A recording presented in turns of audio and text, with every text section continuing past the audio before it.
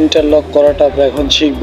ইন্টারলকটা হচ্ছে মূলত মনে করো আমাদের 1 নম্বর ম্যাগনেটিক কন্ডাক্টরটা অন আছে, কিছুতেই যেন 2 নম্বর ম্যাগনেটিক কন্ডাক্টর অন না হতে পারে, এই জন্যই পুরো ক্যাপাসিটরটাকে লক করে রাখার নাম হচ্ছে ইন্টারলক। এখন ইন্টারলকটা আমি সাধারণত 2টা ম্যাগনেটিক কন্ডাক্টর দিয়ে তোমাদের দেখাবো। ম্যাগনেটিক কন্ডাক্টরের নিচের অংশটা হচ্ছে কয়েল সাপ্লাই, উপরে হচ্ছে টার্মিনাল মোড, পাশে হচ্ছে অক্সিলারি। এই 3টা পয়েন্ট হচ্ছে টার্মিনাল মোড, হ্যাঁ নিচে হচ্ছে কয়েল সাপ্লাই, এর পাশেরটা অক্সিলারি। উপরের অংশ হচ্ছে এনসি, নিচের অংশ হচ্ছে এনও। এই জন্য আমরা দুটো সিলেক্টর সুইচ নিয়েছি, যাতে তোমাদের আলাদা আলাদাভাবে ম্যাগনেটিক কন্ডাক্টর দুটোকে অন করে দেখাতে পারি।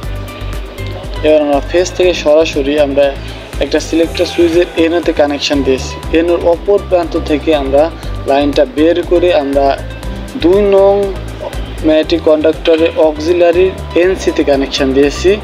অপর এনসির পিন দিয়ে বের করে আমরা ম্যাগনেটিক কন্ডাক্টর কয়েলে দিয়েছি এবং কয়েল থেকে একটা সরাসরি একটা ইন্ডিকেটর দিয়েছি এবং নিউট্রালটা নিউট্রালের সঙ্গে, ঠিক আছে। এবার দ্বিতীয় সিলেক্টর সুইচটা আমরা এনোতে কানেকশন করেছি, যেহেতু আমরা লোডটা অন করব।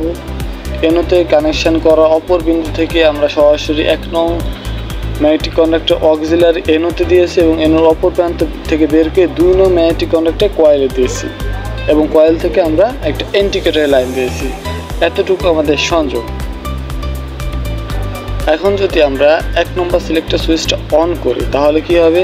সিলেক্টর সুইচটা অন করার সাথে সাথে 2 নম্বর ম্যাগনেটিক কন্ডাক্টরে এনসিতে বের হয়ে 1 নম্বর ম্যাগনেটিক কন্ডাক্টরটা অন হবে। এখন যদি আমরা 2 নম্বর সিলেক্টর সুইচ অনও করি তাহলেও 2 নম্বর ম্যাগনেটিক কন্ডাক্টর অন হবে না, কারণ কি ওই ইন্টারলক করা আছে।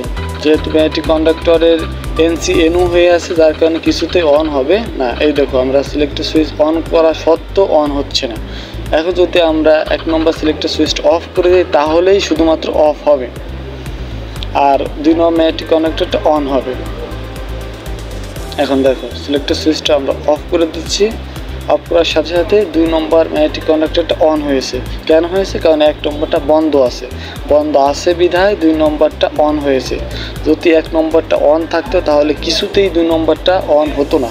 মূলত এটাই হচ্ছে ইন্টারলক।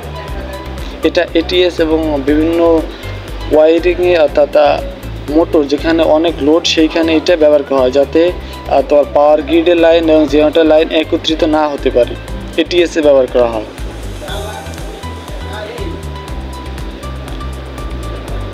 আমি আবারও সুন্দর করে দেখাচ্ছি, দেখো 1 নম্বরটা অন হলে 2 নম্বরটা কোনো মতেই অন হবে না, আবার 2 নম্বরটা অন হলে কোনো মতেই 1 নম্বরটা অন হবে না।